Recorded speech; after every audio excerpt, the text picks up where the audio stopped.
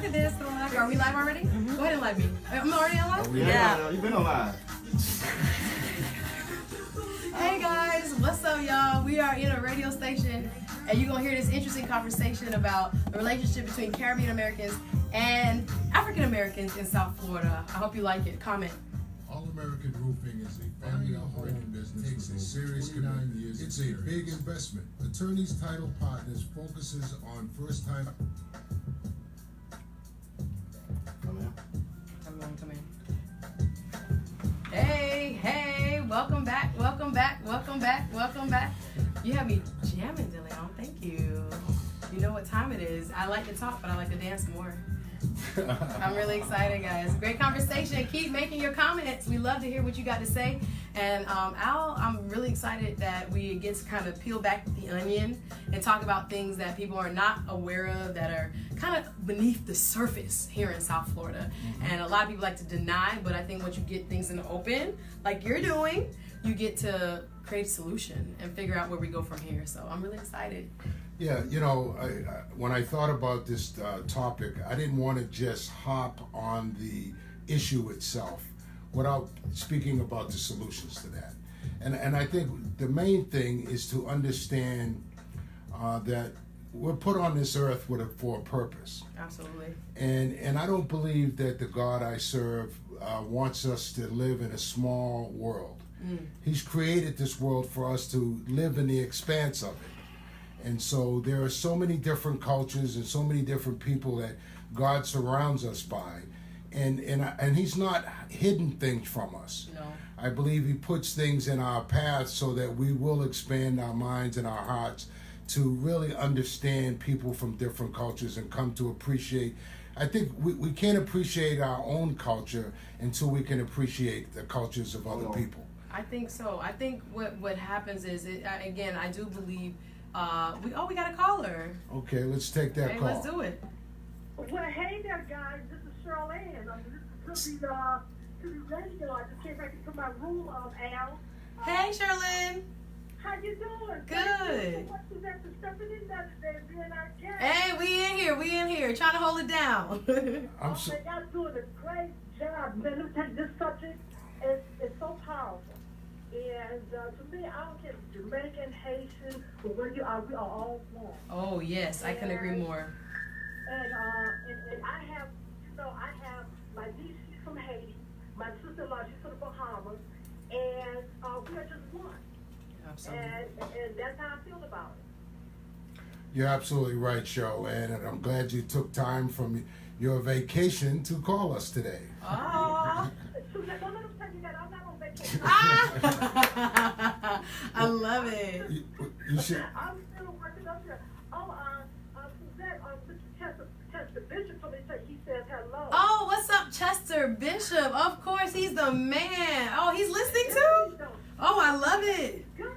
I love it. Well, he understands where I'm coming from. Listen, this is a very crucial issue, and we got to talk about it because it makes a lot of people uncomfortable, and people pretend. I'd rather you not pretend with me. I mean, I have people all the time who's like, you Jamaican? Like, all of a sudden it changed who I was. And I'm like, just relax. I'm the same person, actually.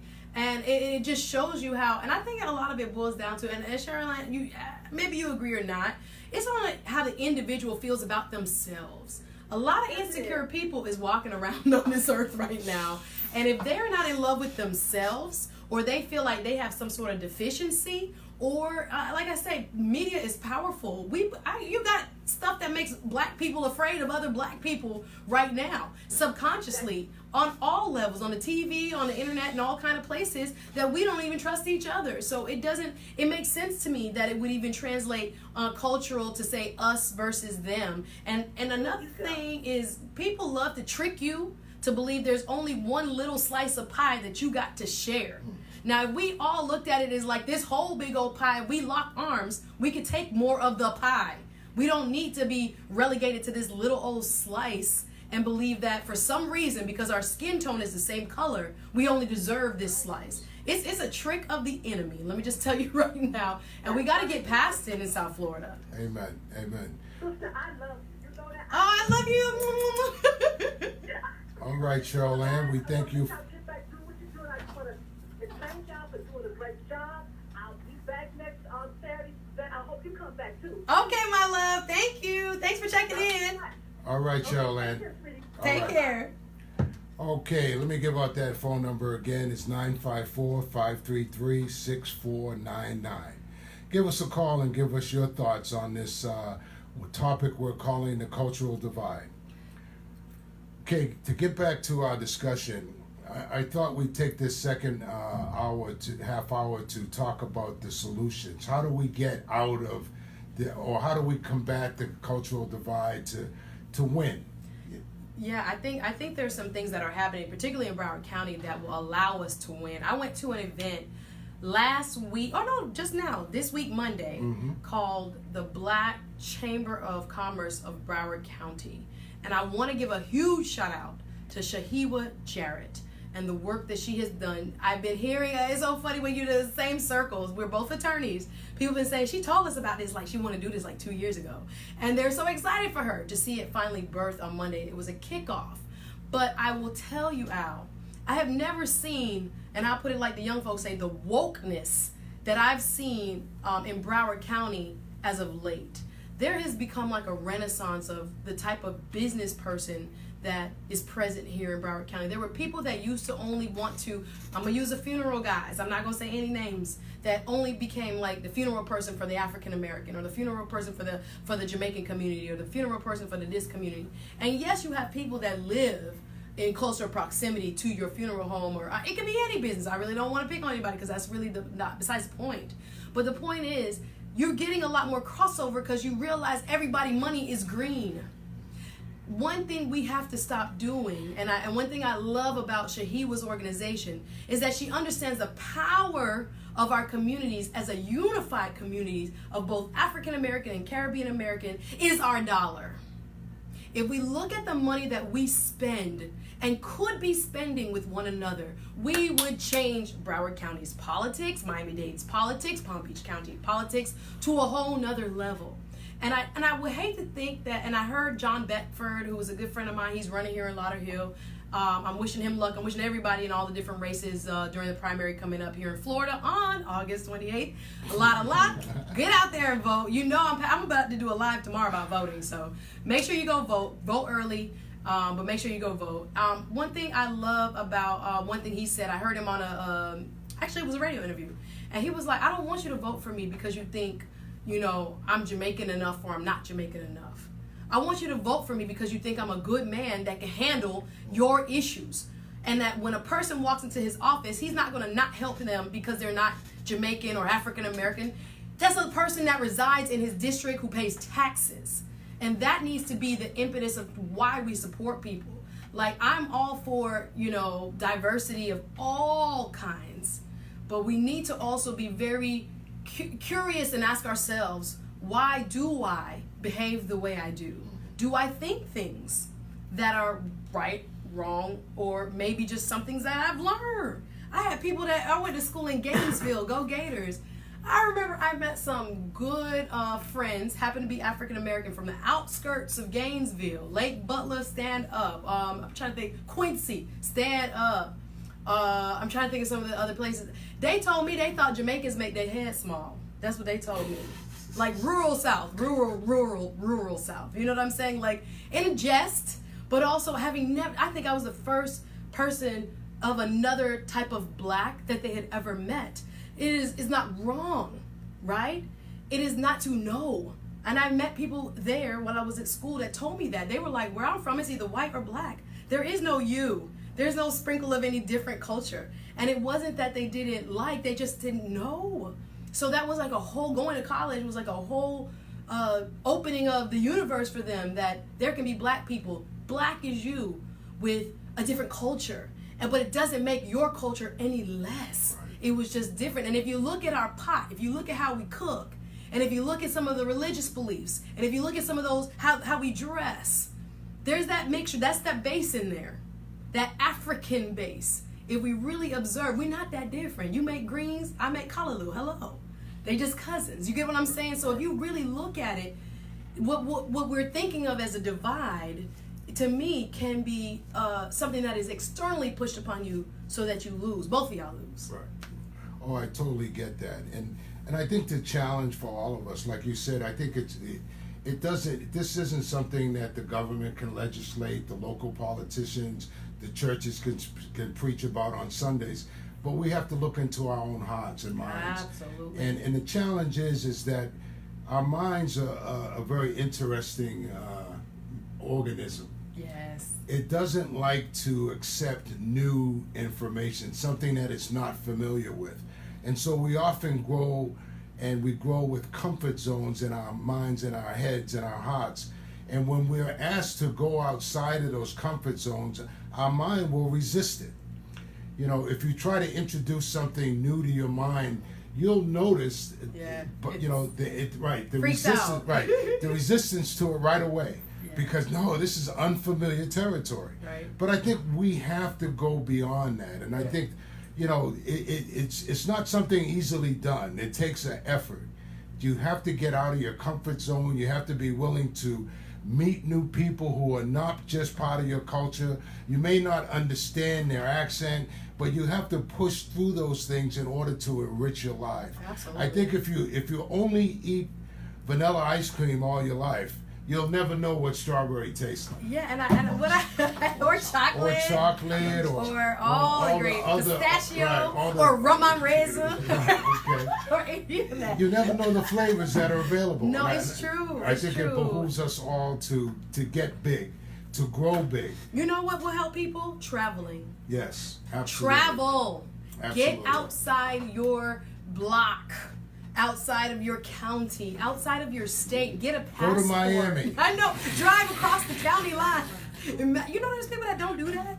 There's people that refuse to drive across the county line. It's like right. so far away, Right. and you're like, okay, where do we live? Right. And I think, and then I do acknowledge that would be a socialization difference because Jamaica, wherever, Antigua, Barbados is an island. Guess what you got to do?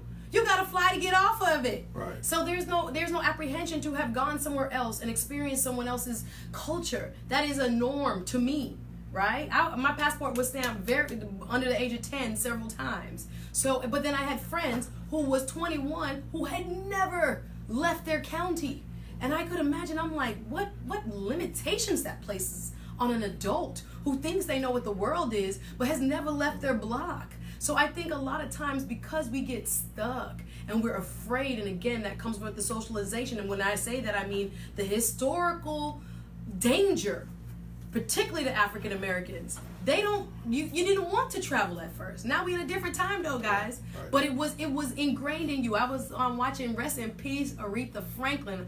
Thank you, Don Lemon. Can I just give Don Lemon a shout out? I don't know if y'all watch on CNN.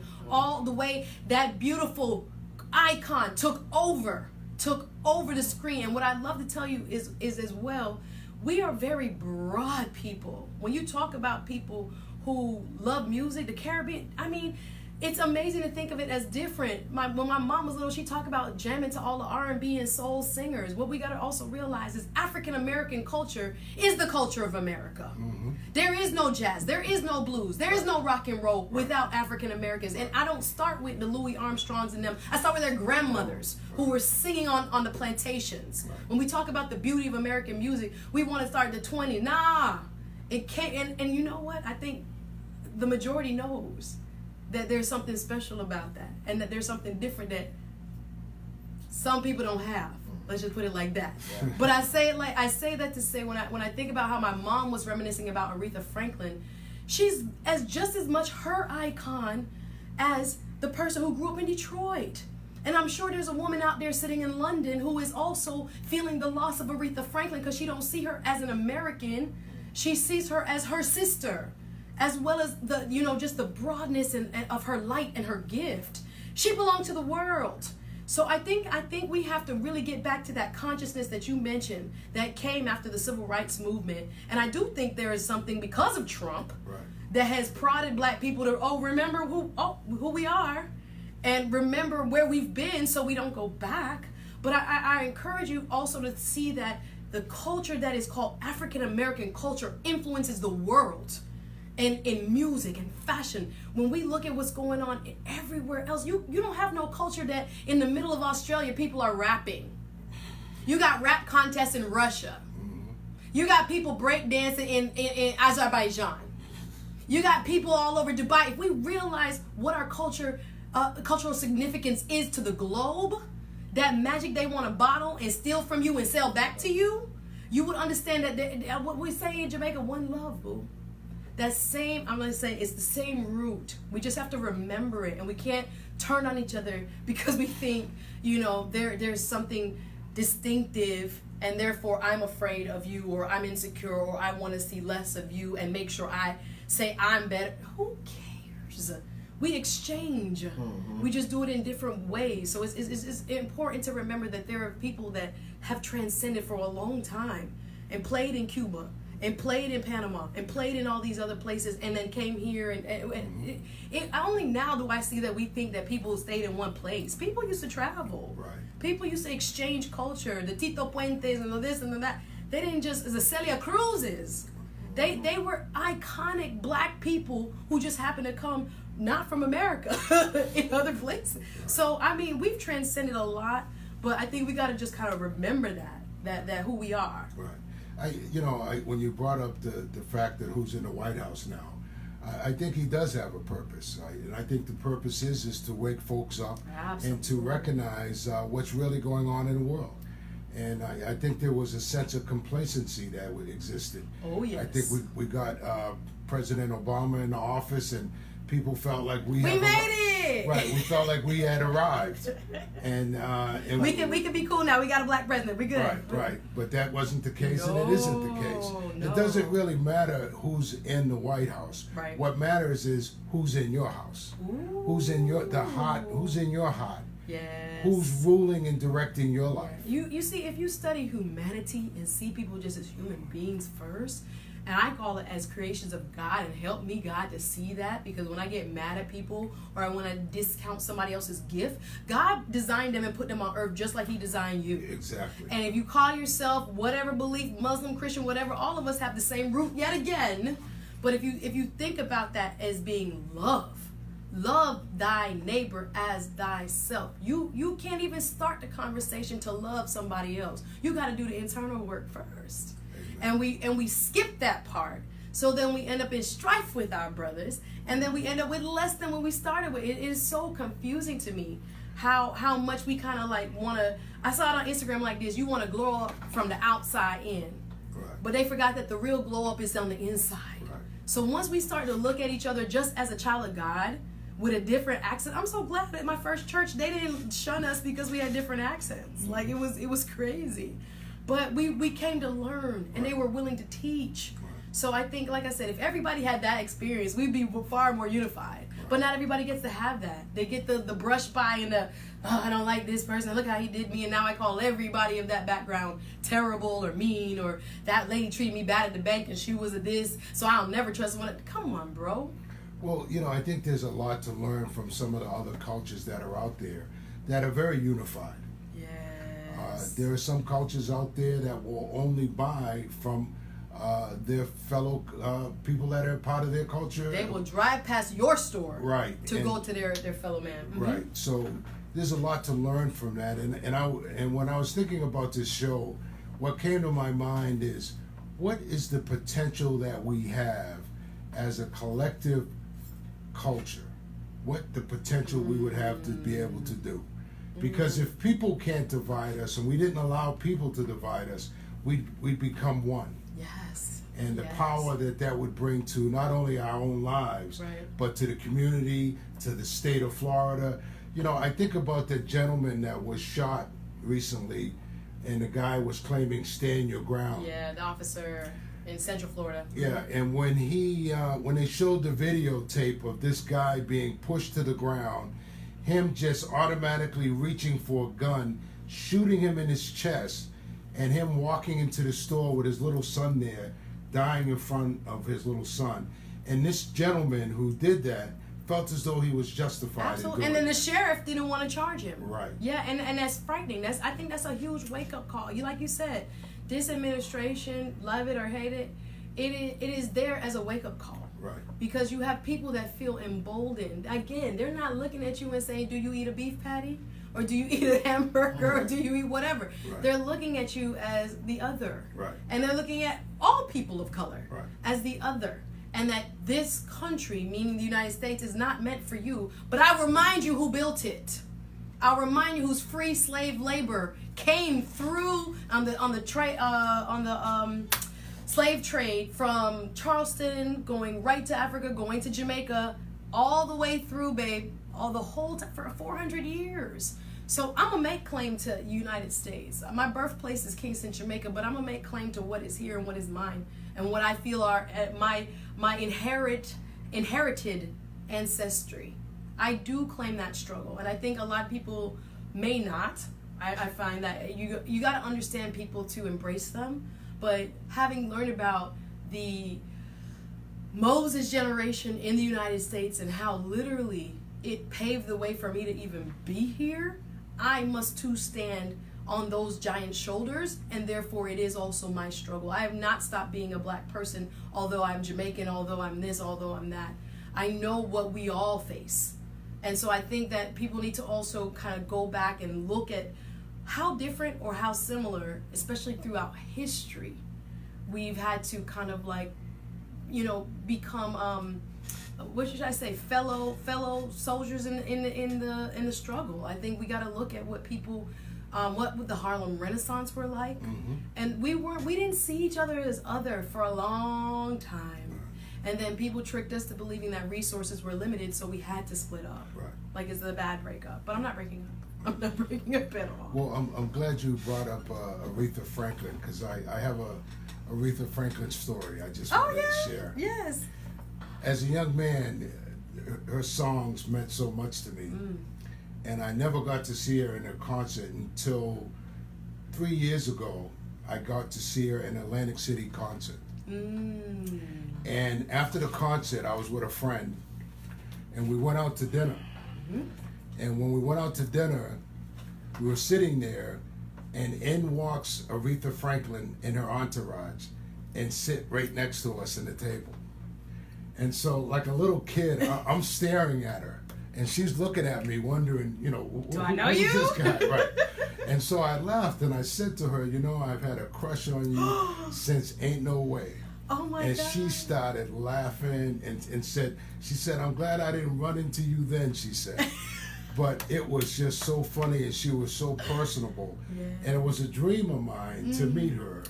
And look at God, how he made that happen. Yes. And so I just wanted to share that. That Aretha Queen Franklin. of Soul, Yes. we will miss her dearly. And it's funny because her theme song, Respect, What you want? Hey. is what we've been. Okay, sorry. I'm sorry. I just couldn't help it. A little moment. I'm sorry. I don't know. We might have her on next week to do that. But, respect is an important thing in this world. And it has to begin with us offering it to one another. Absolutely. We need to respect each other and understand that respect comes just from you learning to respect other people and respecting yourself. You just took the words out of my mouth. Respecting yourself. Because when you do that, you're so willing to offer it to others. Yeah, I think people just go back to the words of Malcolm X and Marcus Garvey when they kind of figured out like this whole trick of the system, I guess that is the best way to put it. Whether it's economic based, whether it's political based, we need each other. Absolutely. Once we figure that out, right, we would spend less time hating on each other and more time trying to figure out, our common ground and embracing one another. So I think, we have to be, much more vigilant and not really create inward enemies. The enemy within, we don't have time for. It's the enemy without. So we really, really have to spend productive time together in business, understanding what that person needs or how I can be a part of their growth, empowering other women. That's what I do. Suzette Speaks, my brand is about empowering other women. I typically tend to attract women of color, and that's what I want to be about. I want her to know that she can, so that she can birth whatever God put inside her, You know what I mean? So that's really what I'm about. Can I give a quick plug? Yes, you certainly can, Suzette. Okay, well, I'll go ahead then. All right. Well, two real quick. I do car accidents, Fort Lauderdale Law Group car accident attorneys. So I don't want you to get in a car accident, but if you do, call 1-833-TELL-SUE, just as it sounds. And the other plug is that I'm starting a women's meetup group. I want women in the South Florida area to be able to be in a safe, like-minded space where they can work on their passion projects. We're going to meet twice a month. Our first meeting is August 28th. If you're interested, inbox me, Suzette Speaks. And I also have a social coming up. I do a quarterly social for women, and it's called the Chat and Truth series. I partner with a good friend of mine, Jabrina Thompson. And this September 29th, we're going to be doing a series called Relax, Relate, Release. It's free. You just need to bring some wine or some dessert. And we are going to have a workshop for you to release if you need to release. So look out for that. I'm doing events all the time. I MC host, you know I do that. But just check out Suzette Speaks, the brand, like the page, the news personality page, and check out my Facebook Lives. I'm sure you will thoroughly enjoy them. But I really want to appreciate you, Al and DeLeon and the folks at Mature Life Radio. Big ups to Big Man Kelly. Thank you for the opportunity to be here, and I hope I can come back and visit. Okay, I also want to give a shout out to DeLeon 305. There's an event tonight. It's called the Circle of Fathers. It's a dinner that's being hosted by DeLeon, and it's at the Embassy Suites. Embassy Suites. Fort Lauderdale. In Fort Lauderdale. Yep. So check that out as well. It's called the Circle of Fathers Trailblazer Dinner. Hey, shout out to the fathers. And we want to give one more shout out to the folks that have been joining us on Facebook Live. Thank you, Sharon Pitters, Cheryl Gaston, Dana Jones, BB Lewis, and once again, my homeboy, Andre Samuels. I'll see you in these streets. Yes, he says it's time to take back our streets like we did in the 70s and in the 60s. I couldn't agree with you more. Amen. You all have a great day. Thanks for joining us. Don't forget, it's about us.